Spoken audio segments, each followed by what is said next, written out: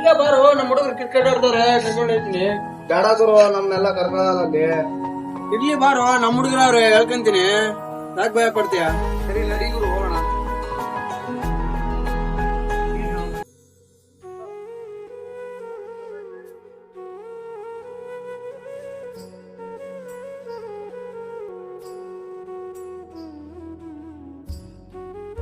ಲೇ ಮಚ್ಚ, gate open ಮಾಡಿ ಬರೋ.